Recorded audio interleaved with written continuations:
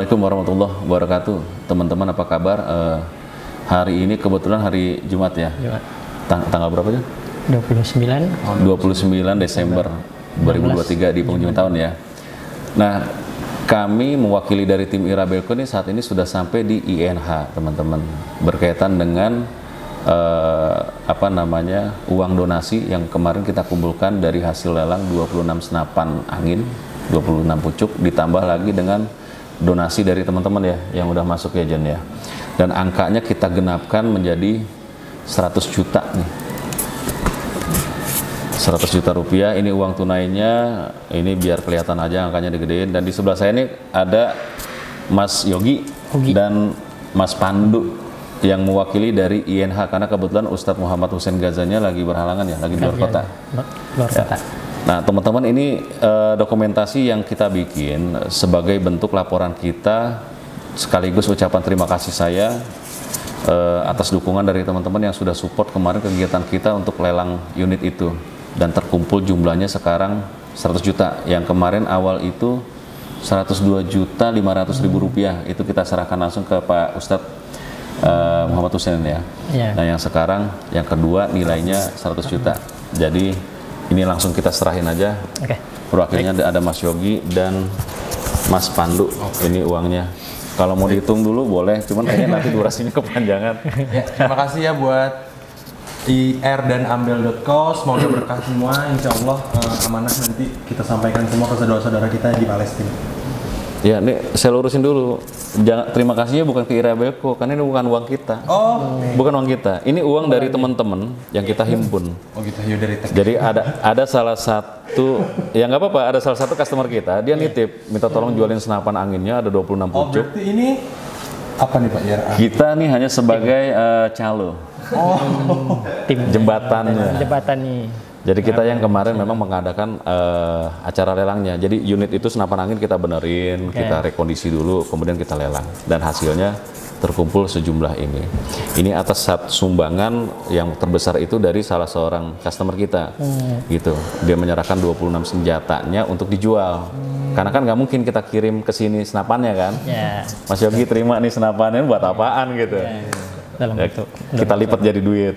Ditambah lagi ada sumbangan dari teman-teman saya, teman-teman kita nih di luar sana, ada yang nyumbang 100.000, ada yang nyumbang 1 juta, 2 juta, itu kita kumpulin.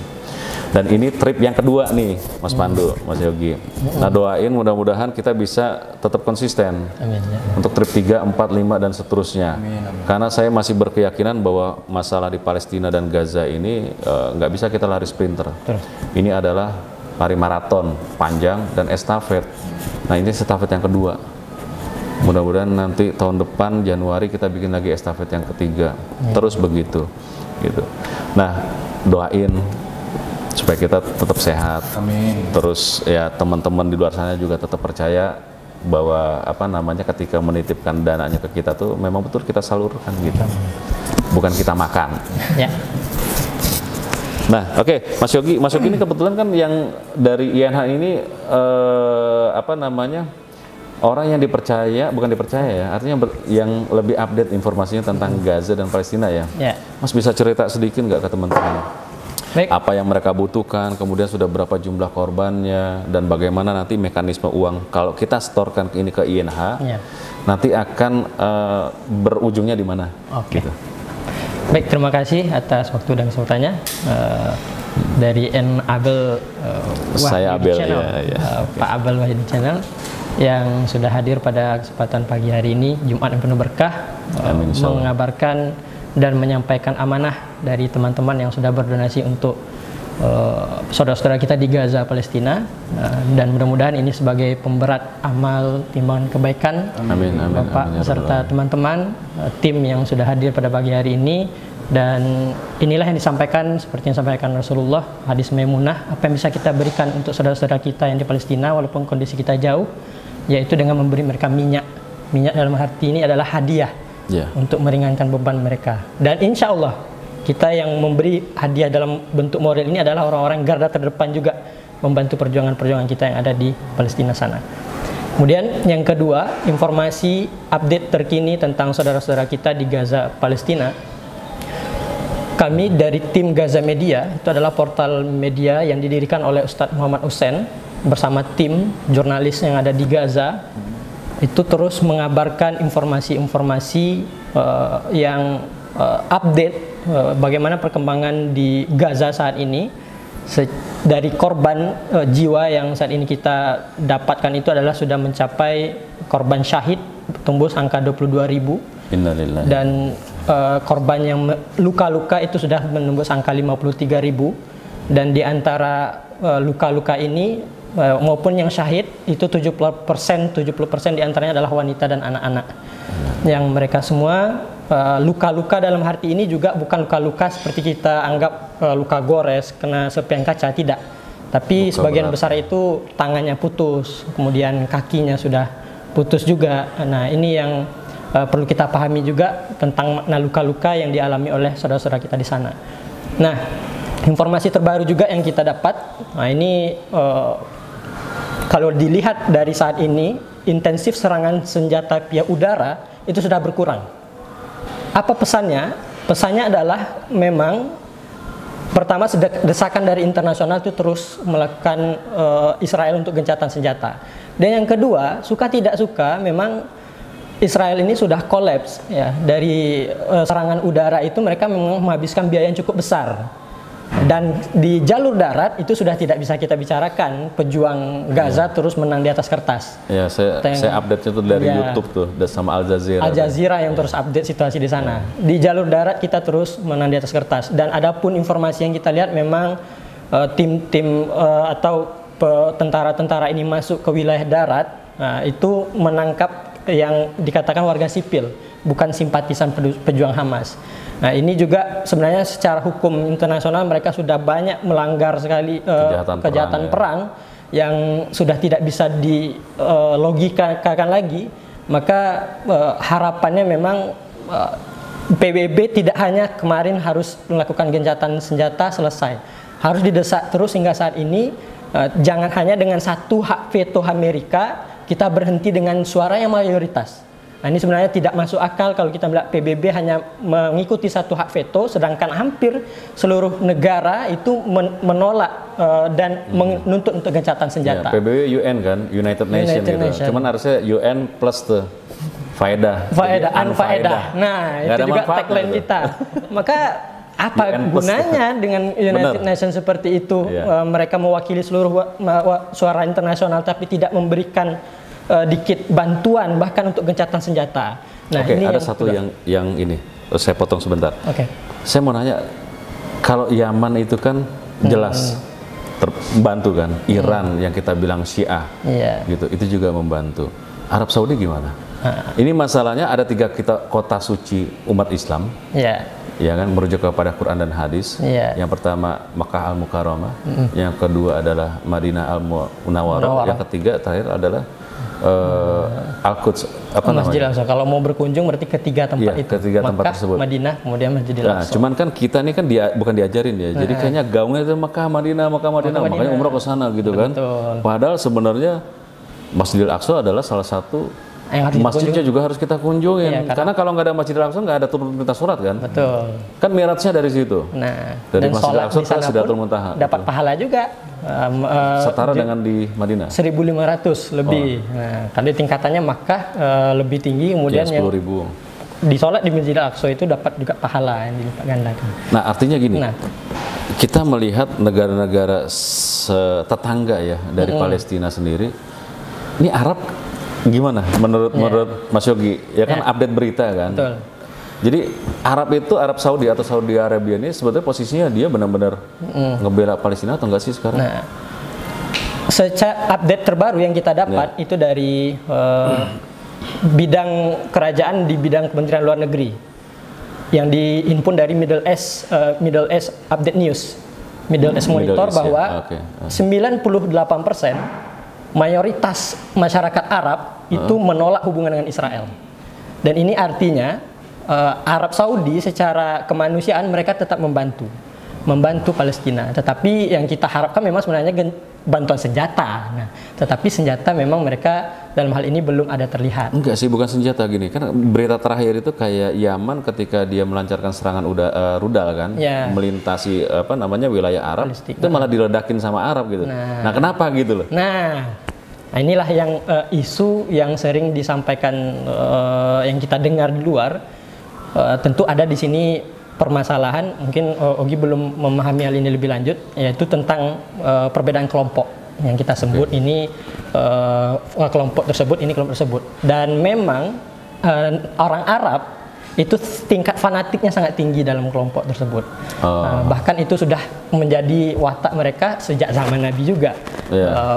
Fanatik mereka terhadap satu suku itu sangat kuat. Nah, ini kita mewakilkan bahwa kelompok tersebut dengan kelompok ini masih ada kotak. Yang membuat gap itu adalah tetap Israel. Nah, karena kepentingan tadi. Yang perlu kita pahami juga, Arab Saudi tetap membantu diri kemanusiaan, tapi mereka tidak mau membantu secara terbuka. Ya, secara penting politik mereka tetap tidak ingin memfrontalkan hal tersebut. Gitu.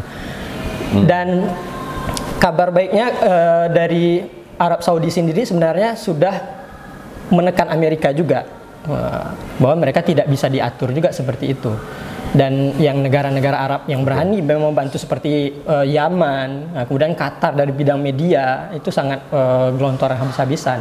Dan kabar baiknya setelah kejadian 7 Oktober kemarin, ini membuka mata-mata negara-negara Arab yang menjalin hubungan normalisasi dengan Israel, mereka mulai runtuh.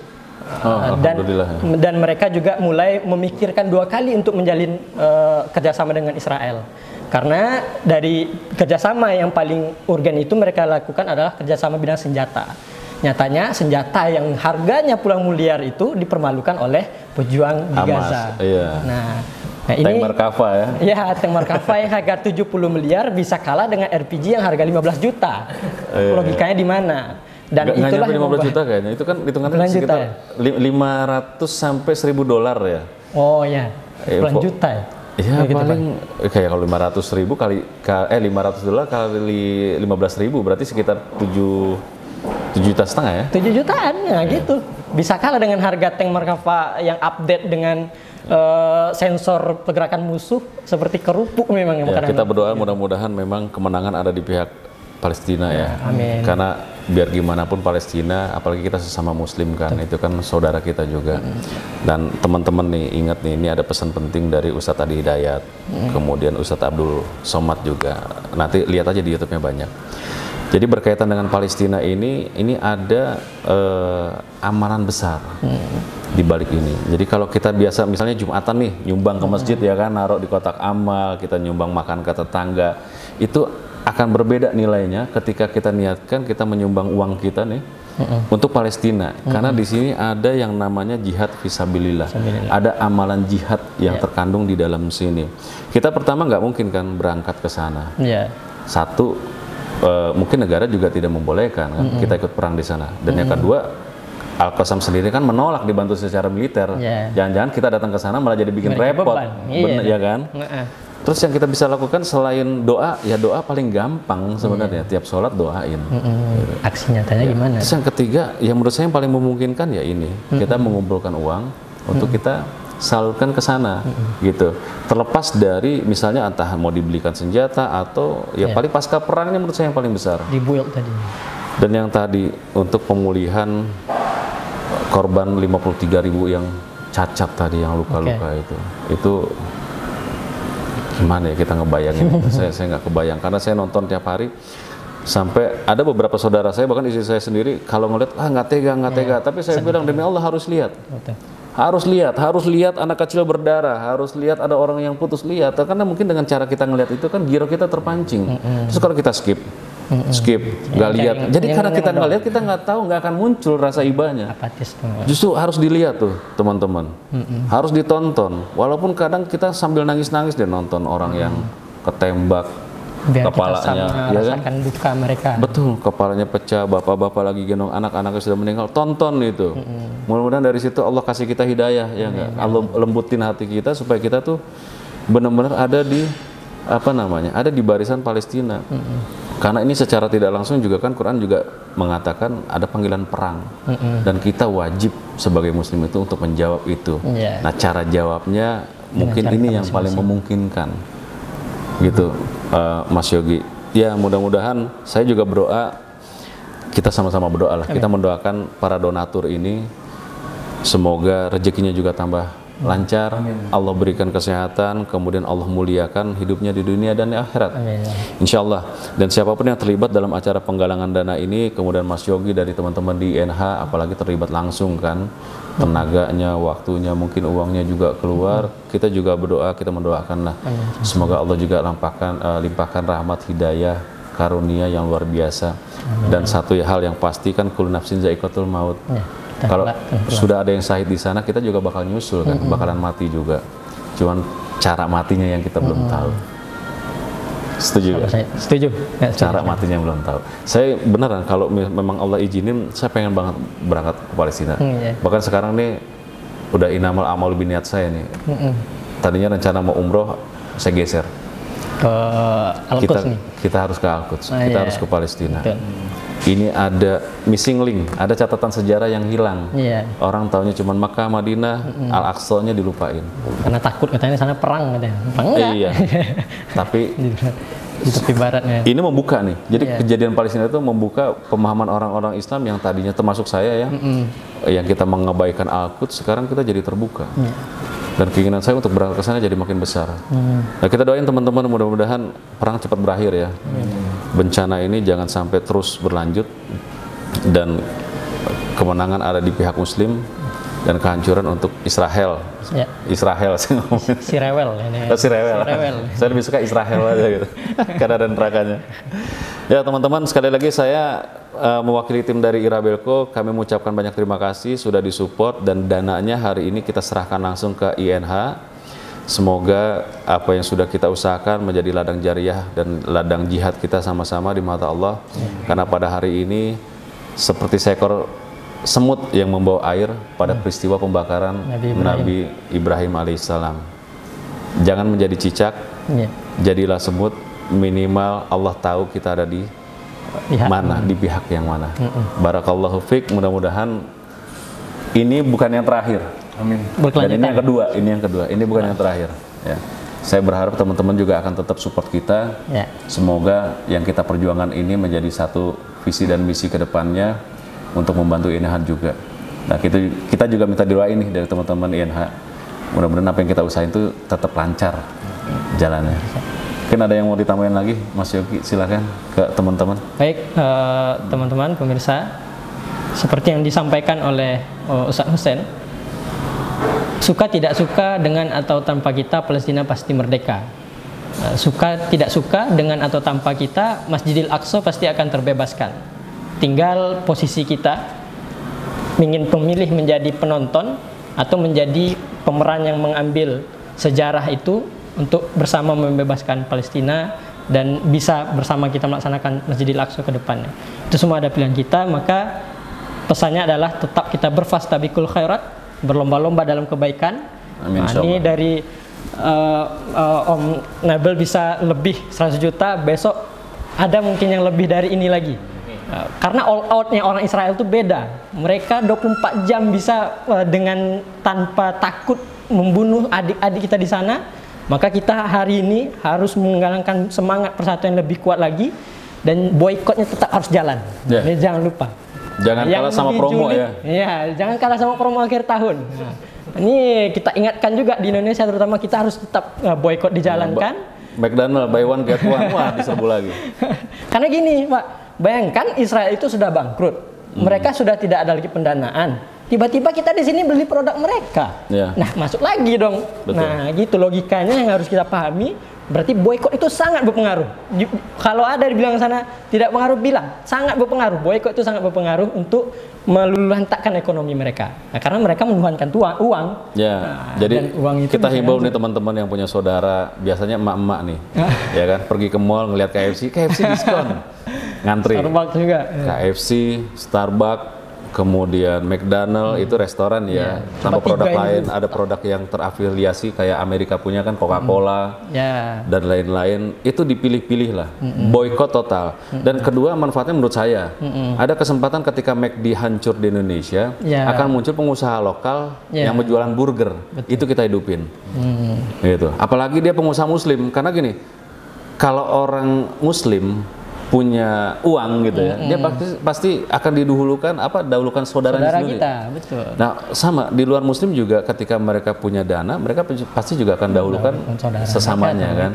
Makanya penting buat kita mensupport kegiatan pengusaha-pengusaha Muslim, apalagi pengusaha Muslim itu dia orientasinya bukan hanya ke Muslim ya, ke orang-orang Islam, tapi seperti kata Nabi, ya kan, barang siapa memasuki kota ini, Mekah, Quraisy dijamin keamanannya, Islam apalagi, Yahudi dan lain-lain. Nah, pilih pengusaha Islam yang kayak gitu, yang ketika dia menjadi seorang Muslim, dia tampil menjadi Muslim yang benar, bukan hanya membela saudara-saudara Muslimnya, tapi juga membela yang non-Muslimnya. Gitu teman-teman. Jadi udah saatnya menurut saya boykot ini adalah kesempatan terbaik Indonesia untuk muncul nanti mungkin jadi kopi Lampung, dengan nama daerah yang khas, atau kopi Gayo yang lebih khas, bukan Starbucks, mungkin jadi Star apalah gitu. Terus burger nanti ya kan, siapa tahu jadi ada merek baru. Ayam, ya ayam apa kayak ayam goreng apa gitu kan, ayam goreng Ipin-Ipin juga jangan, itu Malaysia. Oke teman-teman, ini nanti takutnya kelamaan. Saya sekali lagi ucapin terima kasih ke Mas Yogi dan Mas Pandu yang sudah menerima donasi kita, sumbangan dari teman-teman, bukan sumbangan saya. Saya hanya perpanjangan tangan. Gitu, kita hanya perpanjangan tangan aja. Dan sekali lagi teman-teman, ini yang kedua. Kita harapkan nanti mungkin Januari sampai Februari akan ada lagi yang ketiga, keempat, dan selanjutnya. Ingat pesan moralnya adalah Palestina ini perlu dibantu bukan hanya sekali atau bukan hanya sekarang. Ini adalah lari maraton dan estafet. Perlu adanya berkesinambungan. Dan sebagai orang Muslim tadi, Mas Yogi juga sudah bilang, ya kan, kita perlu menjadi salah seorang pelaku, bukan penonton dalam peristiwa ini, karena ini kejadian langka. Saya nggak tahu akan terjadi lagi kapan. Kita bisa mendapatkan amal jariah dalam bentuk jihad yang luar biasa seperti ini. Ya kira-kira saya akhir aja teman-teman. Sekali lagi, billahi taufiq wal hidayah. Assalamualaikum warahmatullahi wabarakatuh. Waalaikumsalam warahmatullahi wabarakatuh.